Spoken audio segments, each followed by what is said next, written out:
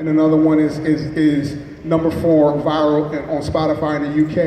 Now, if you would have heard what they would have said, they wouldn't have let us put anything out.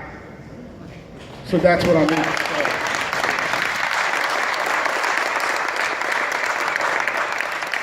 You won your second Grammy this year for the very prestigious Record of the Year category, and that was for your work on Sam Smith's "Stay With Me." And I hope you'll tell us about how that collaboration came about. It was amazing, actually. I was in Dan McCarroll's office. This is when Dan McCarroll used to work at Capitol, and he played this song, and it was "Stay With Me," Sam Smith. It was piano and vocal and one other instrument. I think it was a bass or something like that. And I heard the song, and he said we needed to be produced, and I was like, I love this song. And for some reason, I kept asking for the files, and he wouldn't give me the files. And so I left his office, and I went to Europe, and I randomly had a meeting with this guy named Nick Raphael out in Europe, and he just so happened to be Sam's A&R, and he was like, man, I want to play you this song. We're looking for a producer, and he played the same song. I was like, I know that song. I got to do that song. Give me the files. And he gave me the files, and I worked on the song, and the rest is history. That's what's up. So did you record the vocal for that? No, the vocal. The thing about Sam is that it's almost disrespectful to go to Sam and say, I need you to do more vocals. Right. He's that good. So it was done. He's done. Yeah. His demo stuff, it sounds ready to go. Yeah. Yeah. Yeah, I always heard Aretha Franklin was like that, and people asked her to do something else, she'd say, that's the record. Yeah, I worked with Luther Vandross one time, and he told me when we went to the studio, he said, we got an hour and a half.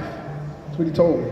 He said, you got an hour and a half. I was like, now, at that time, I was used to I would take a day to focus on the backgrounds, and I would take the next day to focus on the leads and ad-libs. He was like, you got an hour and a half. And I was young, and I was like, an hour and a half? When we gonna get done in an hour and a half? And he went in that studio, and I kid you not, in an hour and 30 minutes, he nailed everything. And then the funny thing is, I might have heard okay, maybe I can get one more take from him. He was like, we're done.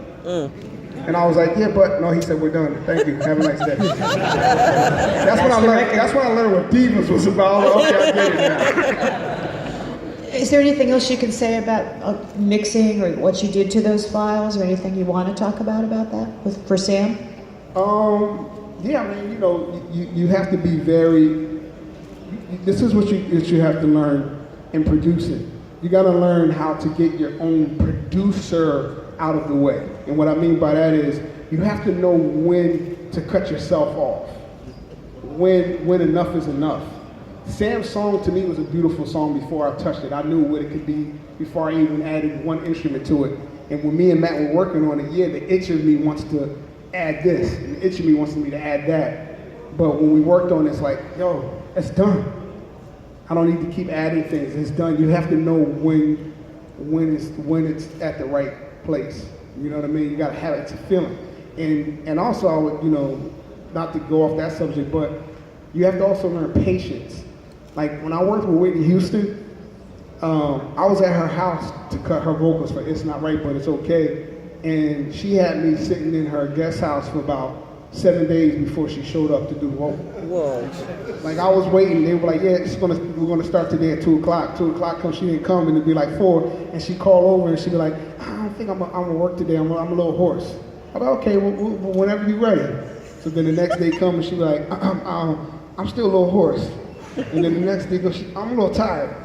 And I was just like, man, I've been here for 3 days. It's a beautiful house and all, but what I learned from that experience was you have to be patient, because that song ended up going #1. And if I would have been all egotistical, like, man, I don't need this. And I've seen producers that I sat under who literally walked out on artists like, yo, I'm still the producer, I'm out. And I'm like, that's cool, but you gotta take the humble road sometimes. You gotta understand that the artist is the bonus for us, no matter what. Like, we could be the producer, but the artist is still #1. And you gotta get yourself out the own way and just be patient. Like yesterday's session, patience. Who are your favorite producers? Currently? Yeah. Right now? Yeah, I think so. Or you could go into the past. Okay. classic producers? Right now, it's crazy because I like stuff like this a little bit. You might not even know there's a guy named Kaytranada. So like, I'm a big fan of what he does. I like what Skrillex and Diplo, how they partnered up and did something recently. We were playing it last night. I really like the way that sounds. I just feel like some of the production that I'm hearing nowadays won't last long though. And that's my thing, because I feel like everybody's copying each other. So it's hard for me to, I feel like if I like somebody today, tomorrow I'm liking somebody else, because it's literally going like, it's all over the place. Yeah. It really is. Right now it really is, yeah. Max Martin is a genius to me. I've known Max since I was 18 years old. And if I had to say if there was one person who's my favorite, is Max, because to me he embodies, and I know his focus is mainly just pop, but he embodies to me perseverance, longevity, and he's able to. It's not easy to be in the game 20 years and still know what current is. That's what people don't understand. Like, how can you still be relevant and current 20 years later? That means you must have a great team around you, and you have a great ear and sensibility to know what's going on, or at least know what's going to happen before it happens. So Max knows that he's my favorite. I tell him like, yo, he's my favorite, and I just think that a guy like that will be around for another 20 years. You just can't, and it's something in the water in Sweden too that they drink for pop records. Sweet water, Swedish water. There's business there. How do you make artists comfortable with you in the studio? That's the first thing you got to do. You got to listen. I think it's part of the gift to be a people's person. You have to show the artists that you respect them. You got to show them that they're in your session, but you have to break that barrier. It just depends on who the artist is. You know what I mean? Because every artist is different. You got to remember, every personality is different. Someone's more emotional than others. You know, you got to know when to turn your swag game on. For one artist, might have to, there's days that I feel like I might need to put my hat to the back. Wear no hat at all. It just depends on who the artist is. But I try my hardest to make them feel comfortable when they're in my surroundings. You're not shy about telling people you're a Christian. Is there still a no drinking, no smoking, no cursing rule on your sessions? Absolutely, 100%.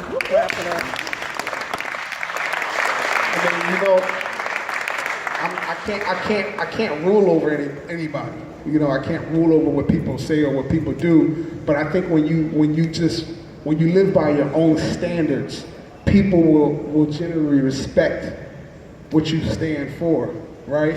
So as long as I can be a light in my sessions and be who I am, then people will say, okay, I respect him. That's just who he is, and I don't have to. I'm not trying to. I'm never down someone's throat like, you can't do this. You can't. I never do that. That to me is the complete opposite of being a Christian. Yeah. So I kind of show love by just being a light, and if they get it, I can tell when someone gets it. And I'm not. It's not my position to be judgmental. I'm not better than anybody else. I make mistakes. I've sinned. I've done things wrong. I'm just like everybody else. The